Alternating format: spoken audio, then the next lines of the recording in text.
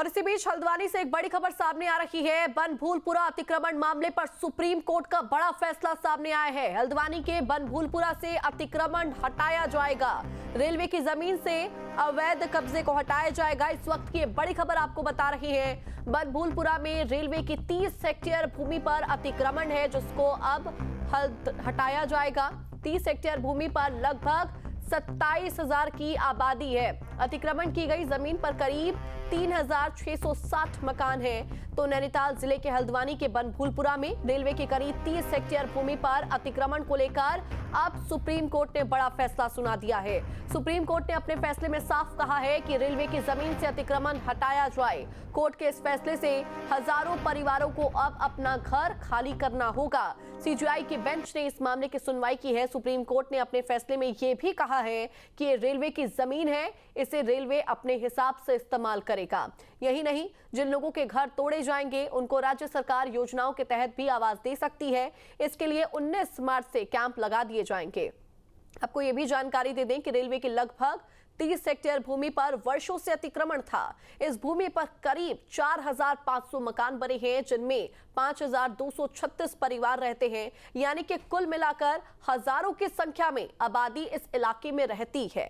ऐसे में supreme court का ये फैसला बहुत ही महत्वपूर्ण है।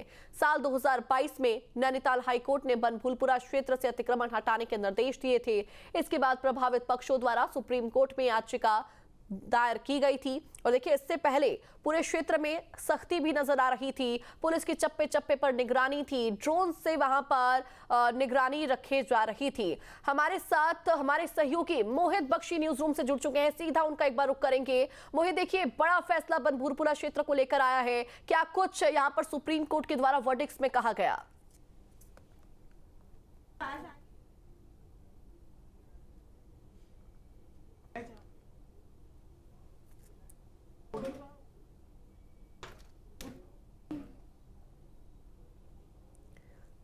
मोहित, क्या अब तक मेरी आवाज पहुंच रही है? तो देखिए, वापस एक बार हम हमारे सहयोगी का रुख करेंगे। लेकिन ये बड़ी जानकारी जो हम आपके साथ साझा कर रहे हैं, जहां सुप्रीम कोर्ट ने साफ तौर पर हल्द्वानी के बनभूलपुरा क्षेत्र में रेलवे की भूमि से अतिक्रमण हटाने पर सख्त टिप्पणी करती है। अदालत ने कह दिया है कि वहां रहने वाले लोग जमीन पर बने रहने का अधिकार दावा नहीं कर सकते हैं। कोर्ट ने प्रभावित परिवारों की पहचान करने और 19 मार्च के बाद प्रधानमंत्री आवास योजना के तहत आवेदन प्रक्रिया को सुगम बनाने के लिए शिविर आयोजित करने के भी निर्देश दिए हैं।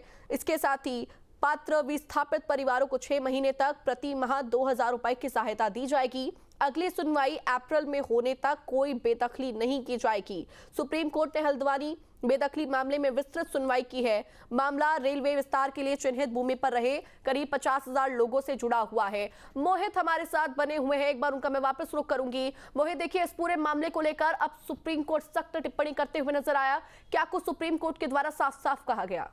सुप्रीम कोर्ट में जब सुनवाई हुई तो सुनवाई के दौरान तमाम चीज़ों को, तमाम पहलुओं को नज़र में रखते हुए सुप्रीम कोर्ट ने कहा कि ये ज़मीन रेलवे की है और इस बात को समझना होगा कि रेलवे इस ज़मीन का कैसे प्रयोग करता है। ये सुप्रीम कोर्ट ने कहा है कि रेलवे का प्रेरोगेटिव है, यानी वो ध्यान दें, वो करें कि क्या चाहते हैं वो, लेकिन इस ज़मीन पर आप नहीं परमानेंट रह सकते। इस बात को स्पष्ट कर दिया है कोर्ट ने। हालांकि ये ज़रूर कहा, एक बड़ी राहत के तौर पर देखा जाना चाहिए कि क्योंकि ज्यादातर लोग जो हैं वो आर्थिक रूप से बहुत ज्यादा सक्षम नहीं है, इसलिए वो प्रधानमंत्री जो आवास योजना है उसके अंतर्गत आ सकते हैं। तो इसलिए प्रशासन को निर्देश दिए गए हैं कि आप वहां कैंप लगाइए, लोगों को बताइए कि आप इसका फॉर्म भरिए और उसके बाद जो है उनको उपलब्धता कराई जानी चाहिए। उनकी रोजी रोटी पर असर ना पड़े, उनका जो नुकसान होगा उसके लिए एक जो खामियाजा है वो प्रशासन जो है उस पर कुछ मुआवजा जरूर दे। इस तरीके की बात जो है वो पूरे कोर्ट के हेयरिंग के दौरान कही। लेकिन इससे यह स्पष्ट हो गया कि जो जमीन है वो रेलवे की है, तो फिर रेलवे ही उसका प्रयोग कैसे करेगा ये रेलवे तय करेगा। अच्छा, निश्चित तौर पर आपने जो भी जानकारी साझा की वो बेहद महत्वपूर्ण थी मोहित। लेकिन एक और बात, सुप्रीम कोर्ट ने प्रशासन को क्या कुछ निर्देश दिए हैं? 19 मार्च के बाद किस तरह से वहां पर शिविर लगाए जाएंगे, इसको लेकर क्या जानकारी है? ने बताया कि प्रधानमंत्री आवास योजना, इस योजना के तहत गरीबों को घर मिलते हैं। उसी योजना का हवाला देते हुए सुप्रीम कोर्ट ने निर्देशित किया है कि आप जो हैं वो स्पष्ट तौर पर लोगों को जा जाकर बताएंगे, क्योंकि लोगों के पास अगर जानकारी की कमी है तो भी आप जाइए, उनको बताइए कि आप इसकी पात्रता में आते हैं और उसी आधार पर जो है वो उनको घर उपलब्ध कराए जाएं। ये बात जो है वो कही गई है।